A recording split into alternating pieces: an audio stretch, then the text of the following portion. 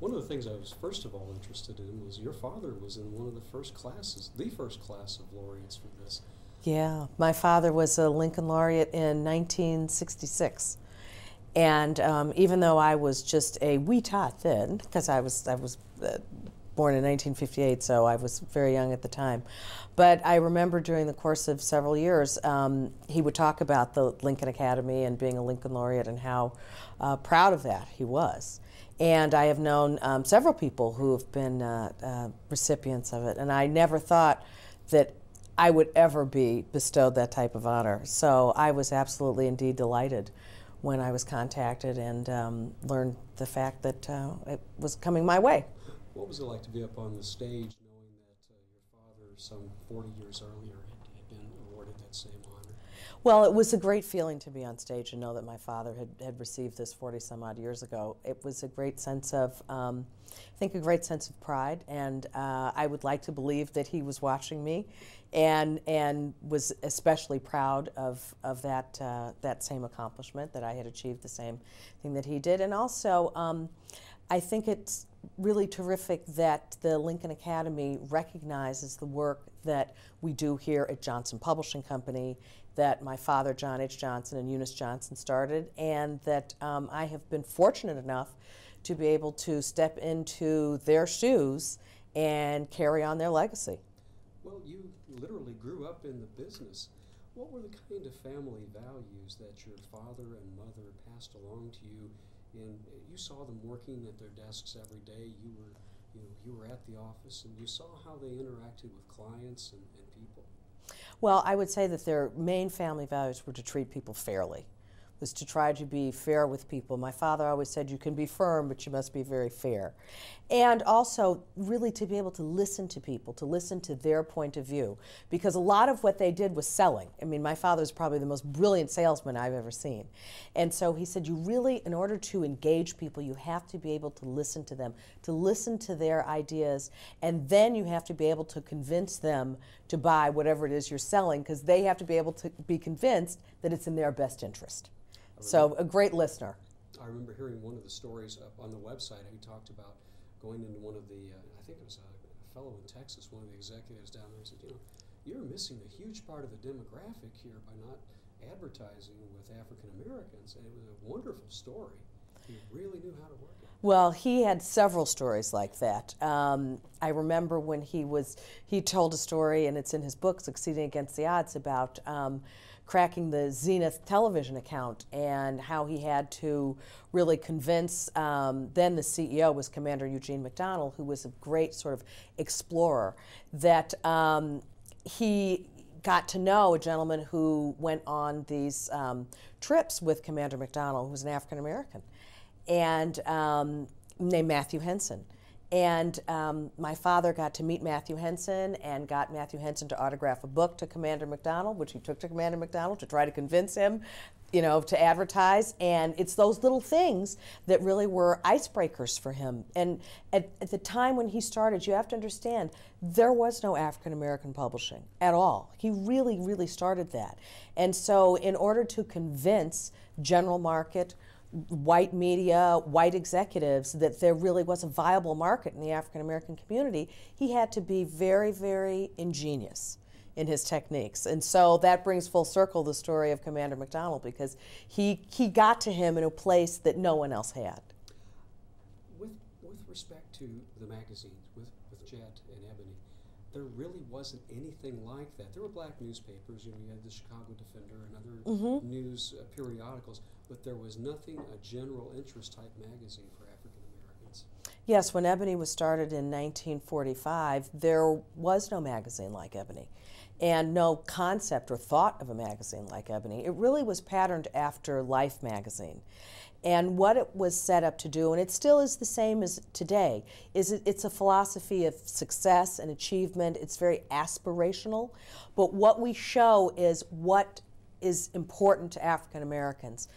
Their health, parenting, what happens in society, technology now, all sorts of different things that cut across all of their daily lives. That's what we write about. What I found interesting, just picking up a copy here, it looks like well, it's like the best of Vogue, it's the best of Life, it's the best of Vanity Fair, and it's all rolled into one thing. I don't know how you do it on a monthly basis. Well, it's done with a lot of love and care and fussing and fighting and a lot of work. I mean, it's not just myself that puts this together. We have an incredible editorial team on both magazines, on Ebony and on Jet. And they meet daily and weekly and share ideas and agree to disagree on stories. But the bottom line is we try to supply for our readers what they're looking for to help them live better lives. How would you describe the guiding editorial principle in the magazines? I think the guiding editorial principle for Ebony is an aspirational principle. It is about success, about achievement. It's about a can-do attitude. How did you succeed? What can I do to help me live a better life? And Jet, which is our weekly news magazine, chronicles in 1 week time everything that's happened of importance to African Americans across the globe. I was just reading it recently. I was amazed at the scope of the coverage. Let me interrupt for just 1 second. We're going to take this. Okay, slide it down. Oh, can you see it? Only if I Looks zoom like an out. orange tail. Only if he zooms out, we're okay. I think Yeah, we're we're fine. good. And I come out of a news background. Mhm. I'm former public radio news director. I cover Springfield for Illinois Public Television, and I've got a sense of how the news world works. And you're putting a ton of stuff into that little magazine. Yeah, in Jet, we absolutely, and that's why they meet daily. You have to, because the news turns very quickly.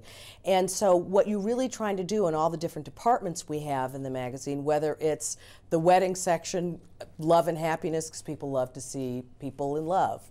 And we write about entertainers. You write about politics, things that are breaking, whether it's something about Barack. You've got to have something that's current and contemporary and that affects people's lives. And also you're trying to impart with them in a week's time knowledge. Give them knowledge about what is going on affecting them in the world. How have the magazines changed over the years? I would say that the way we've changed a lot has to do with how we look from a graphic point of view. I think the magazines both look far more contemporary now. They're far more modern. But at the same time, we're also writing about things that affect people. Now it's technology. People want to know what's happening in the tech world. Well, 15 or 20 years ago, we didn't cover that much. But now you have to. You have to cover those types of things. People want to know more about health issues. They want more about preventative health issues. So those are the things that we cover. So as things change and evolve in the communities, that's what we write about. But there's also a lot of hard news in there. If you go and look at the perspective piece on Condoleezza Rice, in Right. the more recent issue, it's unflinching. It's a darn good portrait of her. Well, I would also say that the writing that we have now is a bit more evocative and sometimes a little more provocative than it has been in the past, because we've reached out also beyond just the boundaries of writers that we have in-house, but we've also reached out to contributing editors. And also they bring in a different perspective. And I think that's been a very, very excellent change for the magazine. We've just done a piece on Africa, and it's going to be a series on Africa starting in the December issue, carrying over into January. Very, very in-depth pieces, because this is what's affecting us as African Americans, our heritage, and where we're going forward. So there are a lot of different pieces that we're doing now that I think are a little bit more intense than what we've done before. Well, you're not pulling any punches. You're hitting stuff like AIDS in the African American Yes. community, lots of things like that. And the thing that I like about it was the fact that it's all between two covers. Yeah. And you can get it in one spot. A friend of mine said, well, the thing that you should remember about Ebony, if you pick it up, you're not going to put it down till you've gone all the way through it. Yeah, that's the idea. We do want you to read it from cover to cover. And that's important. I think that's important, because I think whether you're male or female, there is something in there for everybody. Well, now, of course, you've seen the advent of the World Wide Web and how that is could have a bad effect on publishing, but you're branching out into that. The website Right. looks, it's got a nice, clean, contemporary Right. feel to it. How are you meeting that challenge of today's electronic publishing? Well, with ebonyjet.com, we have a completely different group of people that work on that. It's not the same people that work on the print material on the editorial side. There is an editor for the website, there is a chief digital strategist, and they in turn, just like we do on the magazines, bring in other writers and people who write blogs for the website, because you do have a different audience. It is a different audience, and that's an audience that we are trying to cultivate. And we also do it through advertising sales, because we're in business. Not only do we want to impart knowledge and things that are positive, but also we are in business. It's a money-making venture, and so we also have people who handle the sales for our online site. So we're really trying to grow that into a real revenue stream for us. You're moving the brand also into videos, I understand. Right. We have a whole new division called Ebony Jet Entertainment Group. We're working on a documentary right now. We're doing some documentary pieces on Johnson Publishing Company, and we've talked to several people about doing some films. So there's a lot in the hopper here. And then we have our licensing division, because we have such iconic brands with Ebony and iconic brands with Jet, and we're branching off. We have Ebony Inspirations, which is our greeting card business, which is terrific. So we're in a lot of stores where you would find greeting cards, and that's just a part of where I think we can grow the business, because my father imparted to me such a great brand, and so now it's my job to really expand that and make it even bigger and stronger. What's interesting too is when you look at Ebony Fashion Fair and how it gets the brand out there, but at the same time it's raising money for charitable causes. Correct. Let's talk about that. I mean, the $50 million in charitable donations since 1950. Yes, my mother is the producer and director of the Ebony Fashion Fair, which is the world's largest traveling fashion show. Unbelievable clothes, beautiful models, but the bottom line really is that it is for charity, and it's really over $55 million that has been raised, and this is our 50th anniversary now for the Ebony Fashion Fair, and it's just been a fantastic vehicle for us to promote the magazine and also to promote charitable giving. One of the things you mentioned in your speech for the Lincoln Academy was one of the things your parents taught you was the value of giving back to community.